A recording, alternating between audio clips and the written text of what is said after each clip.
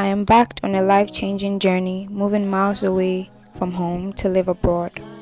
Leaving behind the familiar and stepping into the unknown was both exciting and bittersweet.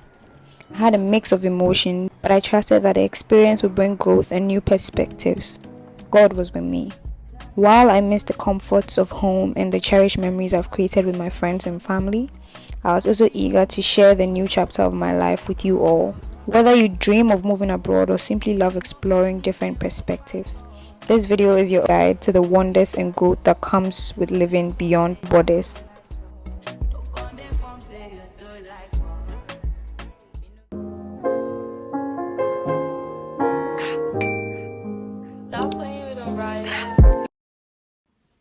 Hi guys, welcome back to my channel. I'm Stephanienadia. If you're new here, September is just around the corner. I know a lot of people are planning to come for their masters, relocation for work, blah blah blah. I got you. That's why we're doing this video. Struggles of being an international student in the UK. Every step in life is a challenge. Any step that is a step outside of your comfort zone, you experience challenges and things you didn't see coming. So this is just to let you know what to expect. So I'll be spilling the tea, the good and the bad, mostly the bad. So let's talk about my journey since I got to the UK. If you don't know anything about my journey, just watch this video. I'll link it up here so you check it out. It's about how I was feeling the first week, my first impression of the UK, and you can also check out the travel vlog for a little backstory. But I moved to the UK early this year, and so far the UK has been good to me. I wouldn't lie, the UK has been good to me. There has been some getting used to, like there's been a lot I needed to get used to, but apart from that, the UK has been quite good. Hasn't been bad, but it has been difficult. Okay, so I don't know if you guys have heard this saying, the scary part is you're on your own now, and the cool news is you're on your own now. So the good thing is you'll be independent, you make your own decision, your life is your own, you decide how you spend your time. But the scary news as well is you're on your own. So if you're going through something, it's just you and your God. No, make nobody lie you. It's hard. Okay, it's hard. So when I got here, it took a lot of getting used to the system, to the busing system, to the train system, to the culture, to just normal things. Okay, so let me tell you guys this story about how you see, Ghana, it's not any, I'm from Ghana, so if I'm comparing, it'll mostly be from the system I know from Ghana. So in Ghana, we don't exactly say thank you to our bus conductors, public transportation conductors, when we get off a bus, right? It's like you and the mate service, like war between you as you are collecting your change and those things. So there's no culture of saying thank you to a mate. We call them mates, but it's bus conductors when we get down from xoxo. But here, when you get on a bus, you use please and you say thank you when you get off. I got very used to saying thank you when I'm getting off, but it was hard to say please. Not hard, but it took some getting used to, because when you get on the bus, you have to say Milton, let's say you're going here, you say Milton Groove, please. You don't just say Milton Groove and just scan your card. You tell him please. It's just respectful, okay? But it took some getting used to. So I took a bus one time. I was going to a work training thing, and I was almost late. My head was everywhere. I was a little bit disoriented that morning because I had to catch the bus at, I think, 7, so I had to wake up earlier than that, blah blah blah blah blah blah. So when I got on the bus, I said where I was going and just stood there to expect him, because that's how they charge. Most buses are just £2 within a city, and then sometimes you're going to a shorter distance and that bus is going outside the city, they will charge you less. So let's say £1.20 or something. So I told the bus driver I'm going here, and he was still looking at my face. And I repeated it again because I said, okay, maybe he has hearing problem. Or I repeated it again. Do you know what the bus driver told me? He said, please. So he literally wanted me to say where I'm going and say please. So I looked at him and I said, please. I was so embarrassed. That man, I think he had a beef with me, because this one time he saw me like this and he passed. So I had to walk to work. But yeah, that's like one of the culture things. I'm saying that like it's kind of like expected. You don't have to, but it's good manners, or it's something most of them do. Most of the English people do. I am in England, so I don't know about Scotland people. I know mostly about English people. Like when you get on a bus, you're supposed to say this place please, or when you're getting off you say cheers mate, or cheers, or thank you before you get off. There are actually flyers in the bus that tell you be nice to the bus drivers because they have families and children. So I think they take that very seriously in this country, not in my homeland. If you respect a mate and a driver, it's because of your home training, not because it's expected of you as a citizen to respect public transport drivers. That was an example of a difference in culture I experienced. Okay, so the first struggle as a international student in the UK is loneliness will kill you. If you're someone like me, I am an introverted extrovert. Is it extroverted introvert, or one of them? Like, I'm a mixture of the two. There are some times when I want to be on my own and other times when I want to be outside. So if you're on the extrovert spectrum, loneliness will kill you because you're literally on your own. Like, if you need help, family is miles away. Before they'll reach you, it'll do you already. Loneliness is something that you have to consider. Prepare your mind mentally for it, that as you are coming, you will be lonely because you can't just come and then in the first week you've made friends. You have classmates that are really cool, they're new in the country as well. There's a lot you can like talk about, but they're not exactly friends. They're just classmates that when you go to class you see. The next one I wanted to mention was that eating your own country's food becomes a luxury. So before you come, just know that the day you decide to eat plantain, banku, and oko, you are eating luxury. Because if you are eating the food from the place, obviously it's common sense.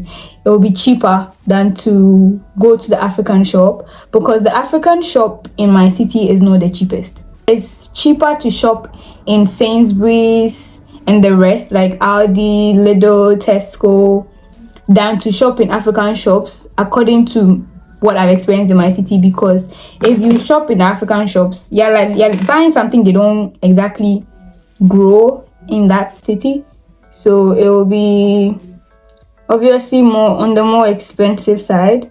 But I was not expecting how expensive it was, because this one time I got used to eating the foods I buy in Tesco and the rest, because my school provides us with groceries sometimes. I'd literally be okay with cooking rice, but I'll cook the stew Ghana style. I have shito, so I'll eat with shito. Like, I'll eat their foods, but I'll try to like use their ingredients to make our foods and not exactly shop from the African shop. And I said one day, I'll eat plantain.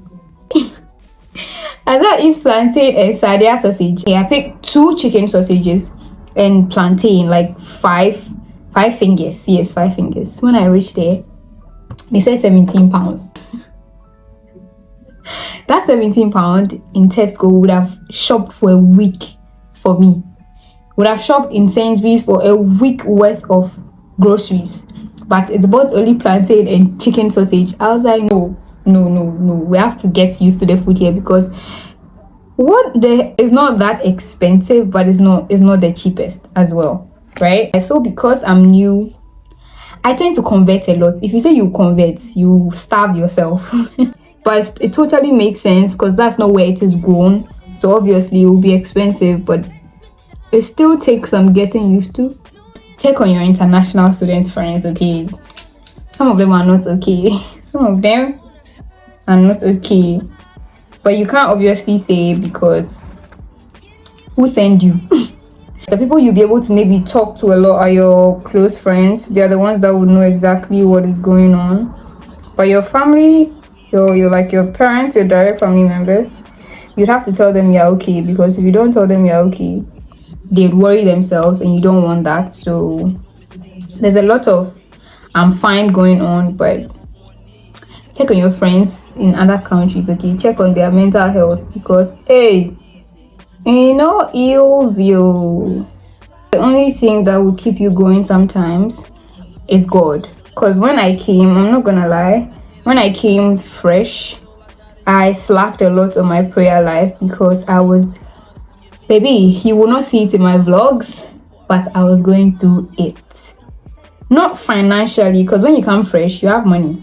Yeah, it's not that. It's not financial. It's just emotionally. Like, it's now sinking in that you're on your own. Like, if you wake up at dawn sick, who are you calling? You don't have any friend. Like, it's not like you just call your mommy and your mommy will take you to the. Who are you? Who? It gets scary to think about it, but it's not that bad because we are bad bitches. We'll be fine, but currently we are not fine. Do you get it? You know that you get there, you know you will be fine, but it's just that right now, you know, heals you. Your mom will be like, hey, to your thing, oh man, I know you're okay. Like you make them know that everything is fine, everything's okay. They shouldn't worry. But a sis is dying because this is what happened to me. I needed to catch a train to another city. It was my first time catching a train. I knew nothing about the train system. I'm in a city on my own because I chose to come to a city that nobody I know is there. So it's on me. It's not on anybody.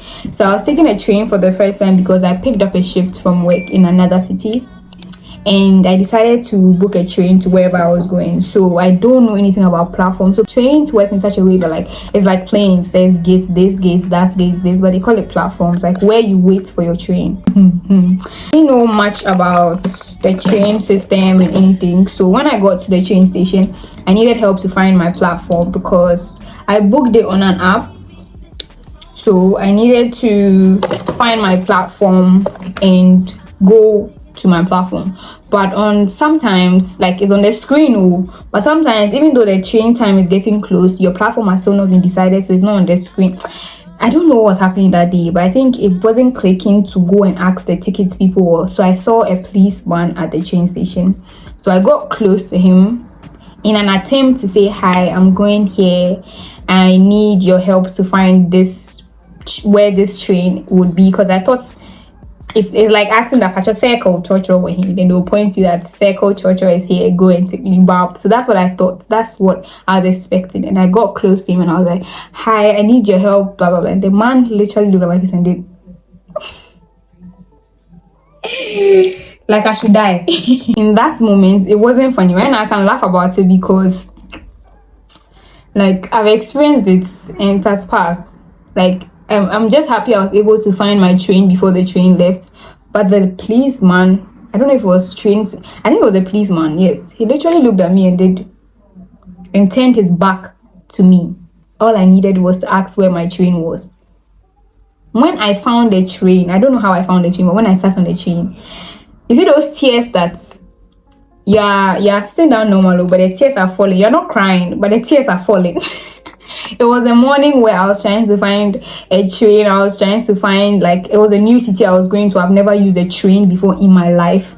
I didn't know how the train system worked. I didn't know how the train station worked. I didn't know. I was still fresh in the UK, and then that happened. My sister. Good thing is I wasn't sitting opposite anybody, because even though I know people might not even ask that, oh, what's wrong with you, I'm still shy to cry in front of people because that bitch. I don't know if I should call that racism or he was just in a bad mood. Somebody had annoyed him earlier before me. I don't know, but I was the one like, he did this, like the way you ward off an animal or something. He turned his back to me. Hey. And you see, this is the situation, another situation where I'm like, you can't call your family. I'm not that kind of person. I couldn't call anybody to cry to or anything, because at that time I hadn't met my boyfriend. Had I met my boyfriend at that, no, I didn't know my boyfriend at that time. That whole day at work, I couldn't even be nice to people at work. My work is I work as a support worker.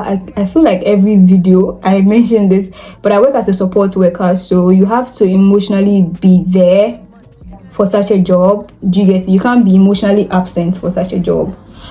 Oh boy, that day was a hard day. Psych yourself that you might experience some form of racism because you're coming somewhere that is not your land, so you might experience some form of racism. Just psych yourself. It's something that I feel would happen I did not psych myself. You're coming, just psych yourself that stuff like this can happen and may happen, and don't let it get to you too much because it is what it is. Next thing I wanted to mention, I should have even mentioned this first. You see all the plans you are making in your journal. That's jokes. All the first 3 months. First 3 months, I should start sending money back home. I should do this. I should do that. My plans, even land was in my plans in the first 6 months. I'm not saying that don't make plans, so make plans, but make allowance for when it takes longer, because apparently, according to my plans, right now I'm supposed to have started saving to buy land in Ghana. Plans might take longer than you expected for them to happen, and it's totally fine. Okay, nobody's on your neck. Nobody is going to kill you that you said you buy land. It was a plan you made for yourself. Hopefully you didn't tell people, you didn't go and brag to people. It was just plans you had in your head. Okay, so yeah, that's why you don't tell people your plans, because then people start to expect, and you don't want that, because expectation sometimes puts a lot of pressure on people. You're going to have family members reaching out to you, send something because now you're a brochure burger. See, there's this mentality that if you're outside the country, your life is better. So the fact that somebody is in another or is outside the country is not guaranteed that their life is better than yours. One, they are in someone else's land. They can just wake up and make any law that anybody that is from Ghana go back home. Like, there's that uncertainty because you are in somebody's land. Do you get it?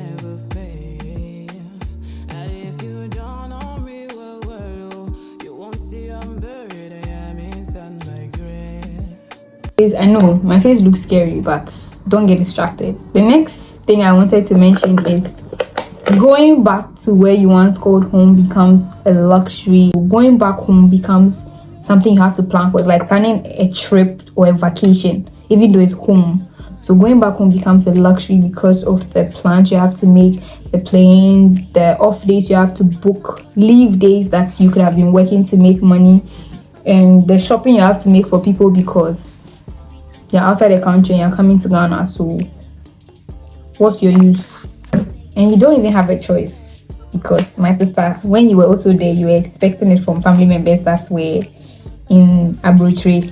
So you cannot say you have come there, you have seen sense, you will not do it. No. Even you, I think you feel bad. So before you even go home, you have to plan for all these things. Staying back here would have been easier. You decided to come and live in Upti. If you had close friends, you would have to watch them go out, make memories, and all you can do is watch because you want greener pastures for your life. It's one of the hard truths, like watching your friends make memories without you. Like things you used to do together with them, now they're doing with other people, or they are having fun with other people. And I'm getting emotional, but it's the life. It's hard. It's very beautiful to see, but it's very painful to see as well, because in fact there's no beauty in it. It's very painful to see, because those were people you used to make memories with. Those were people that you called when you wanted to go out. I'm on the hunt to find friends I can just call that, I want to go out, I want to look good and get a good picture for maybe a vlog I'm doing, so I need to get a good picture. And I'm too shy to go and start a restaurant alone, because I wouldn't be shy if I was doing it alone, but I'd have to come along with you guys because I'm a YouTuber now. So if I'm going to spend some money, I might as well get a vlog out of it. And I don't use a camera, I use my phone. So if you know that's supposed to make it easier, it makes it weirder, because why are you setting a camera on somebody's table and sitting down to eat because you want angles? Do you understand? But if you're with a friend, it's way easier.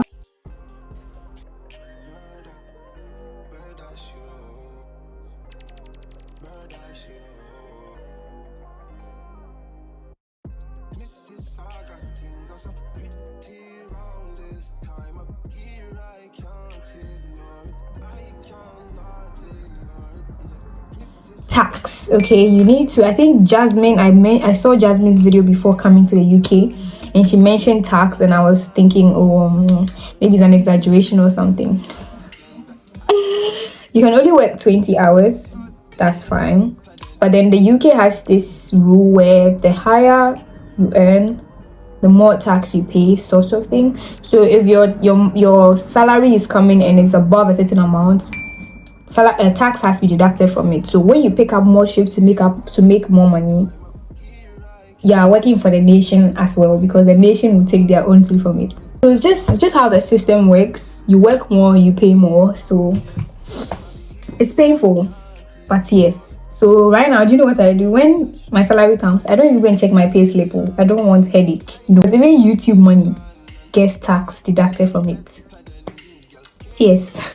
So yeah, thank you so much for watching this video. I'll see you guys in my next video. Bye.